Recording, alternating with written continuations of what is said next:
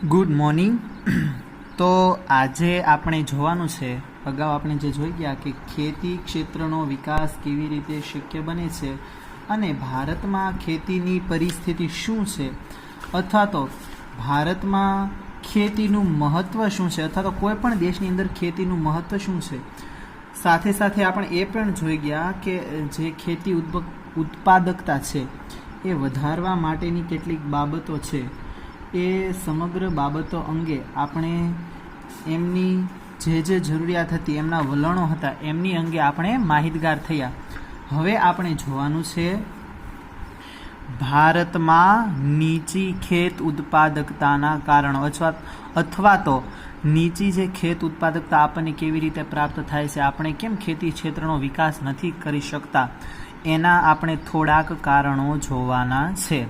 તો પ્રથમ આપણે કહીએ તો આપણા દેશની અંદર એવી પરિસ્થિતિનું સર્જન છે કે જેના પરિણામે આપણે નીચી ખેત ઉત્પાદકતા મેળવી શકીએ છીએ.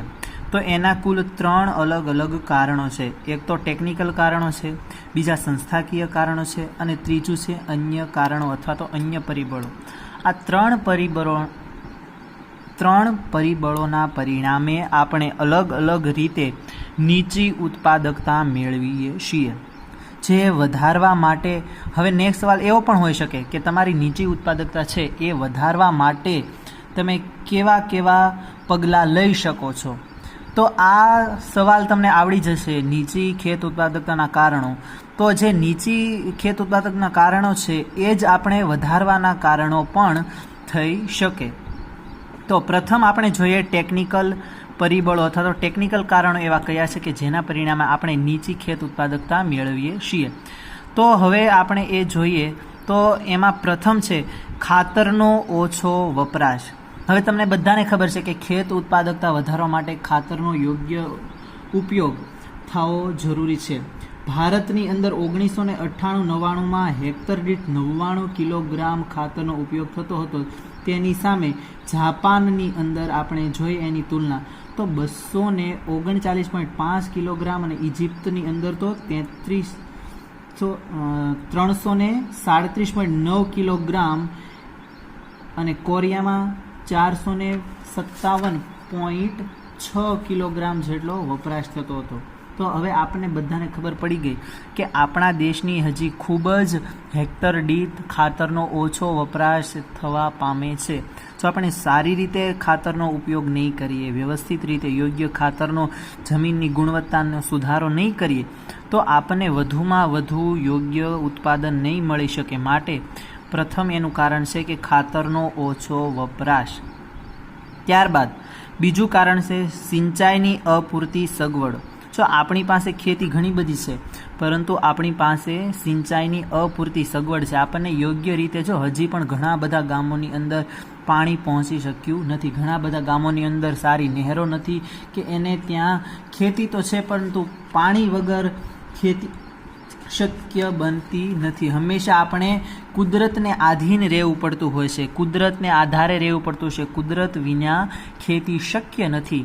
માટે આપણે કુદરતને આધીન રહેતા હોવાથી આપણે સિંચાઈની અપૂરતી સગવડો, જો આપણે ખેત ઉત્પાદકતા વધારી હોય તો સિંચાઈની પૂરતી સગવડો લાવવી જોઈએ. અને ખાતરનો હું જો તમને 2 સવાલ એક સાથે સમજાવું છું, યાદ રાખજો, પછી ઓલો સવાલ ભણાવીશ નહીં, કેમ કે તમારે અહીંયા જે એમના કારણો છે નીચી ઉત્પાદકતાના, એ જ એના સુધારવા માટેના પણ કારણો છે કે તમે કયા કયા પરિવર્તન એમાં લાવી શકો. તો તમારે એ પરિવર્તન લાવે કે ખાતરનો યોગ્ય વપરાશ થવો જોઈએ. સિંચાઈની અપૂરતી સગવડોની જગ્યાએ તમારે કહેવું પડે કે સિંચાઈની પૂરતી સગવડો પ્રાપ્ત થાય તો આપણે વધુમાં વધુ ઊંચા પરિબળથી સારી ખેતી કરી શકીએ. ત્યારબાદ ત્રીજું કારણ છે સારા બિયારણોનો ઓછો ઉપયોગ. જો અહીંયા આપણે ઉપયોગ તો કરીએ છીએ પરંતુ ખૂબ જ સારા બિયારણો હોય એવા ખેડૂત ઓછા છે જે આપણે એનો ઉપયોગ ખૂબ જ ઓછો કરતા હોઈએ છીએ. જો સારા બિયારણ જ નહીં વાવવામાં આવે તો સારા બિયારણ ન મળવાથી આપણને સારી ઉત્પાદકતા ન જ મળી શકે. જો આપણે સાધારણ બિયારણ વાવીએ એની સામે ગુણવત્તાવાળા બિયારણો વાવીએ તો આપણને તફાવત ખબર પડે કે બંનેની અંદર શું ફરક છે, બંનેનું ઉત્પાદન કેવું છે, સુધારેલા બિયારણોમાં અને સાદા બિયારણોમાં શું તફાવત છે. તો એ આ છે કે આપણે વધુ ઉત્પાદન મેળવી શકતા નથી. ત્યારબાદ આધુનિકીકરણ હજી આપણે ઓછું થયું છે, કારણ કે જે ડિહાઇડ્રેશન આપણે ઘણી બધી તો એવી બધી ટેકનોલોજી લોકોએ વિકસાવી છે વિદેશોની અંદર કે ત્યાં માત્ર ને માત્ર પાણીથી જ ખેતી થાય છે, જમીનની પણ આવશ્યકતા નથી ઊભી થતી. હાઇડ્રોપોનિક પદ્ધતિ તરીકે એ ઓળખવામાં આવે છે. તો અહીંયા તો આપણે હજી ખૂબ પછાત છીએ. હજી આપણે આધુનિકીકરણ ખેતીનું જેટલું થવું જોઈએ, ગ્રીન હાઉસ જેટલા બનવા જોઈએ એટલા થઈ શક્યા નથી. તો આધુનિકીકરણ જો યોગ્ય થાય તો આપણે ઊંચી ઉત્પાદકતા મેળવી શકીએ, પરંતુ આપણે નીચી ઉત્પાદકતાનું આ કારણ છે કે આપણે આધુનિકીકરણ એટલું થયું નથી. આધુનિક ટેકનોલોજીનો ઓછો વપરાશ હજી કરીએ છીએ. જો હજી તો આપણે ગાડા, હળ એવા બધા ઓજાર વાપરીએ છીએ. આપણે ટ્રેક્ટર, ટપક સિંચાઈ પદ્ધતિ, ફુવારા પદ્ધતિ આ બધાનો ઉપયોગ ખૂબ ઓછા ખેડૂતો કરે છે હજી, જેના પરિણામે આપણે જેટલું રાષ્ટ્રનું ઉત્પાદન વધારવું જોઈએ એટલું વધારી શક્યા નથી. એટલે આપણે ટેકનોલોજીથી ખૂબ જ માહિતગાર નથી એમ કહી શકાય. હજી જ આપણે રૂઢિ પ્રમાણેની જે ખેતી છે એ કરતાં બળદગાડા, દાંતરડા વડે આપણે કરતા રહ્યા છીએ. હળ, રપટો આ બધા ખેત ઓજાર છે એ ટ્રેક્ટર દ્વારા જો ખેતી કરવામાં આવે તો ખૂબ ઝડપી બને છે અને ખૂબ જ વધારે ફાયદાકારક બને છે. ત્યારબાદ આપણે જંતુનાશક દવાનો પણ ઓછો ઉપયોગ થાય છે, કે જેટલી આવશ્યકતા પ્રમાણે જંતુનાશક દવાઓ મળવી જોઈએ એ મુજબ 25% ઉત્પાદન આવા કીટકોના કારણે બગડી જતું હોય છે કે જે સમગ્ર દેશની અંદર આપણને નુકસાનકારક હોય છે. જો આપણે ઉત્પાદકતા વધારવી હોય તો જંતુનાશક દવાનો યોગ્ય સમયે યોગ્ય પ્રમાણમાં ઉપયોગ કરવો ખૂબ જ મહત્ત્વનો છે. અને એ પણ ધ્યાનમાં રાખવું જોઈએ સાથે સાથે કે એની સાઈડ ઇફેક્ટ માણસોના જીવન ઉપર પડતી નથી ને. તો આ છે આપણા ટેકનિકલ કારણો, જેના પરિણામે આપણે એમ કહી શકીએ કે ભારતની અંદર ઉત્પાદકતા નીચી મેળવી આ કારણોસર મેળવી શકાય છે. અને આ જ કારણો જે છે જેના દ્વારા આપણે ઊંચી ઉત્પાદકતા મેળવી શકાય કે ખાતરનો વધારે યોગ્ય વપરાશ કરીએ તો આપણે વધારે ઉત્પાદકતા મળી શકે. સિંચાઈની અપૂરતી સગવડની જગ્યાએ આપણે સિંચાઈની પૂરતી સવલતો પ્રાપ્ત થઈ જાય તો આપણે સારી એવી ઉત્પાદકતા મેળવી શકાય. સારા બિયારણનો યોગ્ય ઉપયોગ થાય તો વધુ આધુનિક રીતે આપણે ઉત્પાદન વધુ મેળવી શકીએ. આધુનિકકરણ વધુમાં વધુ થાય તો ખેડૂતોને વધુમાં વધુ માહિતીગાર થઈ જાય અને તેના પરિણામે આપણે સારી એવી ઉત્પાદકતા મેળવી શકીએ. તો આ બધી બાબત છે કે તમે કઈ રીતે ઉત્પાદકતા વધારેમાં વધારે મેળવી શકો તે. અને ત્યારબાદ હવે આપણે જોવાનું છે કેટલાક સંસ્થાકીય કારણો પણ એવા છે કે જેના પરિણામે આપણે નીચી ઉત્પાદકતા મેળવી શકીએ છીએ. હવે ખામી ભરેલી જમીન માલિકોની પ્રથા છે. અહીંયા આપણે કેવું છે કે જે બાપદાદા તરફથી મળતી હોય એના યોગ્ય ભાગ કરી દેવામાં આવે અને સમગ્ર રાષ્ટ્ર વડે એને વિભાજિત કરવામાં નથી આવે, એટલે નાના નાના ટુકડાઓમાં વિભાજિત થયેલી આપણી પાસે જમીન છે.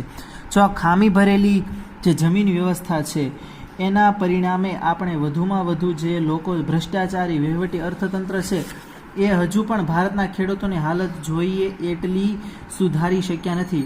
પ્રાધ્યાપક દાંતવાલા યોગ્ય જ કહે છે કે ભારતમાં આ સુધીમાં લેવામાં આવેલા જમીન માલિકીના સુધારણાના પગલાઓ સાચી દિશામાં લેવામાં આવ્યા નથી અને એના કારણે સંતોષકારક પરિણામો પણ આપણને મળ્યા નથી એમ કહેવામાં આવે. પરંતુ આના પરિણામે આપણે જો ખામી ભરેલી જમીન વ્યવસ્થા તો હવે મને નથી લાગતું કે એમાં સુધારો કરી શકીએ, પરંતુ હવે આપણે ટેકનિકલ બાબત ઉપર વધુમાં વધુ ધ્યાન આપવું જોઈએ. બિન આર્થિક ખેડાણ ઘટાડો. હવે આની અંદર આપણે એમ કહી શકીએ ભારતમાં ખેડાણ ઘટકો એટલે કે જમીનના નાના નાના ટુકડાઓ કે વારસા પ્રથાને લીધે જમીનની વહેંચણી બધા દીકરાઓની વચ્ચે સરખા ભાગે થાય છે, એટલે જમીનના નાના નાના ટુકડાઓ થાય છે અને જેના ઉપર સારી ખેતી કરવાનું મુશ્કેલ બને છે. ભારતમાં 73% ખેડાણ ઘટકો આવા બિન આર્થિક છે, એટલે પણ ખેત ઉત્પાદકતા ખૂબ જ નીચી જાય છે એમ આપણે કહી શકીએ છીએ કે આપણે વધુમાં વધુ જે વારસા પ્રથા છે એના પરિણામે યોગ્ય ખેતીને હવે 2-3 વીઘા ભાગમાં આવે ખેતી તો એની અંદર કોઈને ખેતી કરવાનું મન ન થાય અને વ્યવસ્થિત ખેતી થઈ શકે નહીં એમ માનવામાં આવે છે, જેના પરિણામે આપણે આ બિન આર્થિક ખેડાણ ઘટકો છે એના ઉપર યોગ્ય અમલ કરી અને ઉત્પાદકતા વધારી શકીએ. ત્યારબાદ ખેત ઉત્પાદકતાની ખામી ભરેલી વેચાણ પદ્ધતિ. હવે આપણે ખેતમાં વસ્તુ ઉત્પન્ન થઈ જશે એની સંસ્થાઓ દ્વારા ખેડૂતો ઉત્પન્ન કરે છે, પરંતુ આપણે જે એનું બજાર છે એ બજાર યોગ્ય રીતે વિકસાવવામાં આવ્યું નથી, સારા એવા કોઠારો તૈયાર કરવામાં નથી આવ્યા, સારા એવા જે અનાજનું ગોડાઉન હોય એવા સારા ગોડાઉનો બનાવવામાં નથી આવ્યા, જેના પરિણામે આપણે સારા એવા પ્રમાણમાં અનાજ બગડી જાય છે, જેથી આપણા દેશને નુકસાન થાય છે. અપૂરતી ધિરાણ વ્યવસ્થા, ખેડૂતોને હંમેશા વર્ષ પૂરું થાય મતલબ માત્ર ને માત્ર સોમાજા ઉપર આધાર રાખતા હોય એવા ખેડૂતો હોય, એને જ્યારે વરસાદ પડે ત્યારે એને ખરેખર ધિરાણ મળવું જોઈએ, કારણ કે ત્યારે ખેડૂત પાસે પૈસા હોતા નથી. કેમ કે એને એ જે કમાણેલી રકમ હોય એ ક્યાંથી પ્રાપ્ત થાય કે જ્યારે એમનો પાક વેચાય ત્યારે એમને મળે, અને પાક તો ચોમાસામાં ક્યાંથી વેચાય, કેમ કે એ તો વેચાઈ ગયો હોય. તો જ્યારે આપણે ખેડૂતોને પૂરતી ધિરાણ વ્યવસ્થા મળશે ત્યારે ઉત્પાદકતા વધારી શકાશે, કારણ કે તો જ એ સારા ખાતર વાપરશે, જંતુનાશક દવાનો યોગ્ય ઉપયોગ કરશે, સારી સિંચાઈની વ્યવસ્થા કરશે, સારા બિયારણો વાપરશે. તો આ બધું જે છે એને ધિરાણ જો યોગ્ય રીતે મળશે તો થઈ જશે. ત્યારબાદ જમીન સુધારણા કાર્યક્રમની ઓછી વ્યવસ્થા. જો અહીંયા આપણે જમીન સુધારણાના કાર્યક્રમ યોજવામાં આવતા જ નથી, કારણ કે જમીનનો pH માપવો પડે, જમીનના કયા કયા તત્વોની ઘટ છે એ જોવું પડે, જેના પરિણામે એવા તત્વો ઉમેરી અને આપણે જમીનને વધારે ફળદ્રુપ બનાવી શકાય. પરંતુ અહીંયા એવા સુધારા કાર્યક્રમો થતા નથી. જો આ સુધારા કાર્યક્રમો થાય તો આપણે ઉત્પાદકતામાં વધારો કરી શકીએ એમ કહી શકાય. તો આ હતા સંસ્થાકીય કારણો. અને ત્યારબાદ હવે આપણે જોવાનું છે અન્ય પરિબળો અથવા અન્ય કારણો એવા કયા કયા છે કે જે ભારતની અંદર નીચી ખેત ઉત્પાદકતા મેળવવા માટે જવાબદાર છે, અને આપણે એમાં શું સુધારા કરી શકીએ. તો આપણે એમ પણ અહીંયા કહી શકીએ ભારતમાં નીચા ઉત્પાદકતાના કારણો અને તેમાં શું સુધારો કરી શકાય, શું સુધારો કરી શકાય. તો આ બાબત આપણે અહીંયા જોઈએ કે આમાં શું સુધારો કરી શકીએ. તો જો તમારે બે અલગ જ સવાલ પૂછાય, બરોબર, એક તો એમ પૂછાય કે ભારતમાં નીચી ખેત ઉત્પાદકતાના કારણો જણાવો, અથવા તો તમારે એમ સવાલ બીજો પૂછાય કે ભારતમાં ખેત પેદાશ અંગે જે ઉત્પાદકતા વધારવાના જે પગલાં લેવાના હોય તો એ કયા પગલાં લઈ શકાય કે જેમાં ઉત્પાદકતા વધારી શકાય. એક તો તમારે નીચી ઉત્પાદકતાના કારણો અને ઉત્પાદકતા વધારવા માટે. તો આ જે છે એ બધાનું તમે વિરોધી કરી નાખશો એટલે તમારે ઉત્પાદકતા વધારવાના કારણો મળી જશે. એક તો જો ખેતી પર વધુ ભારણ ન આપવામાં આવે અને ઉદ્યોગો પર ભારણ આપવામાં આવે તો આપણે વધુમાં વધુ સારી રીતે એને ઉપર રહી શકીએ. ત્યારબાદ વધતી ગીચતા. હવે વધતી ગીચતા આમાં એવી રીતે અસર કરે કે આપણે એટલી બધી વસ્તી છે કે જે માત્ર ને માત્ર ખેતી ઉપર આધારિત છે, અને એ વસ્તીને પરિણામે આપણે વધુમાં વધુ જે ખેતી હોય એની ઉપર વધુમાં વધુ ભાર દેવો પડે છે. આપણા દેશની અંદર જે વસ્તી વૃદ્ધિ દર છે ખૂબ ઊંચો છે, રોજગારી માંગવાવાળાની સંખ્યા પણ ઊંચી હોય એના પરિણામે જ્યારે રોજગારી પૂરી પાડતા ઔદ્યોગિક ક્ષેત્ર અને સેવા ક્ષેત્રનો ઓછો વિકાસ થયો હોવાથી રોજગારી મેળવવા વધારાની વસ્તી ખેતી તરફ આવશે, અને ખેતી તરફ આવશે એનો મતલબ એ થયો કે અણઘડ શ્રમિકો હશે. એ બધાને ખેતી અંગે કાંઈ જ્ઞાન નહીં હોય, પરંતુ એ અણઘડ હશે, જેના પરિણામે એ યોગ્ય રીતે ખેતીની માવજત નહીં કરી શકે. માટે એ એક કારણ જવાબદાર છે. અને ત્યારબાદ ખેત બજારોનો ઓછો વિકાસ પણ મેં તમને આગળ કહી દીધું કે એ અન્ય પરિબળોમાં જ આવી શકે કે ખેત બજારોનો યોગ્ય વિકાસ થયો નથી, જેટલો એનો વિકાસ થવો જોઈએ, જેવા ગોડાઉનો મળવા જોઈએ એવા મળ્યા નથી.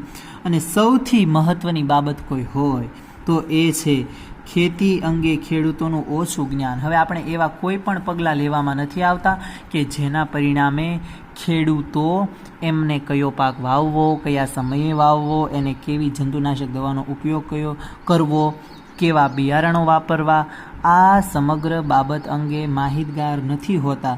માત્ર એમના દાદા પૂર્વદાદા તરફથી મળેલી જે ખેત પદ્ધતિ હોય એની એ જ ખેત પદ્ધતિ દ્વારા પોતાની ખેતી કરે છે. ટેકનિક કંઈ પણ વાપરતો નથી, ટેકનોલોજીનો કોઈ પણ પ્રકારે ઉપયોગ કરતો નથી, જેના પરિણામે ખેતી સારા એવા પ્રમાણમાં આપણને માહિતગાર કરી શકતી નથી. એટલે કે ખેતી આપણને ઊંચી ઉત્પાદકતા આપી શકતી નથી. ખેડૂત માત્ર એવું જ ઈચ્છે છે કે પોતાને ખવાઈ જાય, પોતાના ઘર સંસાર હાલી જાય, એટલું અનાજ પ્રાપ્ત થાય એટલે બસ પણ હવેનો ખેડૂત ધીમે ધીમે અપગ્રેડ થતો જાય છે, મતલબ કે નવી નવી ટેકનોલોજીનો ઉપયોગ કરવો જોઈએ, જેના પરિણામે તમારો કોઈ પણ ઉત્પાદન હોય એ બજારની અંદર વેચાય, બજારમાં વેચાય તો તમને નાણાં પ્રાપ્ત થાય, અને નાણાં પ્રાપ્ત થાય તો તમે અન્ય જીવન જરૂરી વસ્તુઓ ખરીદવા તરફ પ્રેરાવ, અને સમગ્ર બજાર છે એ આ બાબત ઉપર રહેતું હોય. જો સ્થિર નાણાં થઈ જાય ત્યારે મુશ્કેલી અર્થતંત્રને પડે છે, પરંતુ બધી વસ્તુઓનો ભાર ખેતી ઉપર હોય છે. તો આ ખેતી ઉપર ભાર હોય છે, તો આપણે એવા દરેક પ્રકારના પગલાં લેવા જોઈએ કે જેના પ્રમાણે આપણે આ નીચી ઉત્પાદકતા છે એ ઉત્પાદકતાને ઊંચી લઈ જવા માટે અથાગ પ્રયત્ન કરવો જોઈએ, જેના પરિણામે આપણા સમગ્ર રાષ્ટ્રને પણ ફાયદાકારક નીવડશે. તો આજે આપણે જોયા 3 કારણો. એક તો ટેકનિકલ કારણો, બીજા સંસ્થાકીય કારણો, અને ત્રીજા અન્ય કારણો. હવે ટેકનિકલની અંદર આપણે જોઈએ ખાતરનો ઓછો વપરાશ, સિંચાઈની અપૂરતી સગવડો, સારા બિયારણનો ઓછો ઉપયોગ, આધુનિકીકરણ ઓછું, આધુનિક ટેકનોલોજીનો ઓછો ઉપયોગ, જંતુનાશક દવાઓનો ઓછો ઉપયોગ. ત્યારબાદ સંસ્થાકીયની અંદર જોઈ જઈએ ફરીવાર ખામી ભરેલી જમીન માલિકોની પ્રથા છે, બિન આર્થિક ખેડાણમાં ઘટકો છે, ખેત ઉત્પાદનની ખામી ભરેલી વેચાણ પદ્ધતિ પણ છે. ત્યારબાદ અપૂરતી ધિરાણ વ્યવસ્થા છે, અને જમીન સુધારણા કાર્યક્રમોની અવ્યવસ્થા છે, ઓછી વ્યવસ્થા કરવામાં આવે છે. ત્યારબાદ ખેતી પર વધુ ભારણ આપણે આપીએ છીએ, વસ્તી ગીચતા છે, આ અન્ય પરિણામોની અંદર આવે છે, જેની અંદર ખેત બજારનો ઓછો વિકાસ ખૂબ થયો છે, અણઘડ શ્રમિકો છે, અને ખેતી અંગે ખેડૂતોને ઓછું જ્ઞાન છે. હવે આ બધી બાબત છે એ આપણે છે નીચી ઉત્પાદકતાના કારણો. હવે આપણે ઊંચી ઉત્પાદકતાના કારણો, ઊંચી ઉત્પાદકતા વધારવા માટે શું કરી શકીએ એ જોઈએ. તો આપણે ખાતરનો યોગ્ય વપરાશ કરી શકીએ, સિંચાઈની પૂરતી સગવડો લાવી શકાય, સારા બિયારણોનો ઉપયોગ કરીને ઉત્પાદકતા વધારી શકાય, આધુનિકીકરણ વધુમાં વધુ વધારી અને ટેકનિકલ શિક્ષણ અંગે લોકો જે ખેડૂતો હોય એને વાકેફ કરીને ઉત્પાદન વધારી શકાય, જંતુનાશક દવાઓનો પૂરતા પ્રમાણમાં ઉપયોગ થઈ જેના પરિણામે આપણે યોગ્ય રીતે ઉત્પાદન વધારી શકીએ. સંસ્થાકીય પરિણામો કે ભારતમાં જે ખેતી ખામી ભરેલી વ્યવસ્થા છે એની ઉપર યોગ્ય પગલાં લેવામાં આવે અને બિન આર્થિક ઘટકો ઘટાડવામાં આવે. ખેતીની ઉત્પાદનની ખામી ભરેલી વેચાણ પદ્ધતિ અંગે જે બજારની અંદર યોગ્ય ભાવ મળતા હોય તો બજારમાં જે ખામી ભરેલું વેચાણ થાય છે, પૂરતા પ્રમાણમાં ખેડૂતોને વચેટિયા હોય એ એમનો તમામ બાબતો ખાઈ જાય છે, જેના પરિણામે ખેડૂતોને પૂરતા પ્રમાણમાં લાભ નથી મળતો. તો એ અંગે સુધારણા કરવામાં આવે છે. પૂરતા પ્રમાણમાં ખેડૂતોને ધિરાણ મળવું જોઈએ, અને જમીન સુધારણા કાર્યક્રમો ખૂબ જ પ્રમાણમાં થવા જોઈએ, જેના પરિણામે ખેડૂતોને ખબર પડે કે ખરેખર એના જમીનની અંદર કઈ કઈ વસ્તુઓની ખામી છે. ત્યારબાદ ખેતી પર વધુ જે ભારણ છે એ થોડું ઘટાડવામાં આવે. ત્યારબાદ વસ્તી ગીચતા ઉપર કંટ્રોલ કરવામાં આવે. ખેતીના જે ખેત બજાર છે એનો વિકાસ વધુમાં વધુ કરવામાં આવે, સારા એવા કોઠારોની વ્યવસ્થા કરવામાં આવે. આ બધી બાબત અંગે ખૂબ જ વધારે ધ્યાન રાખવામાં આવે. શ્રમિકો હોય એને યોગ્ય તાલીમ આપવામાં આવે. જો તાલીમ આપવામાં આવે તો સારામાં સારું ઉત્પાદન કરી શકાય, અને ખેડૂતોને પણ ટેકનિકલ જ્ઞાન આપવામાં આવે તો વધારેમાં વધારે આપણે એ બાબતથી વાકેફ થશું કે આપણે ઊંચી ઉત્પાદકતા લઈ જઈ શકશું. તો આજે આપણે 2 સવાલ જોયા જે અંગે આપણે વધારેમાં વધારે યાદ કરી અને વધારે સારી રીતે તૈયાર કરીશું. ધન્યવાદ.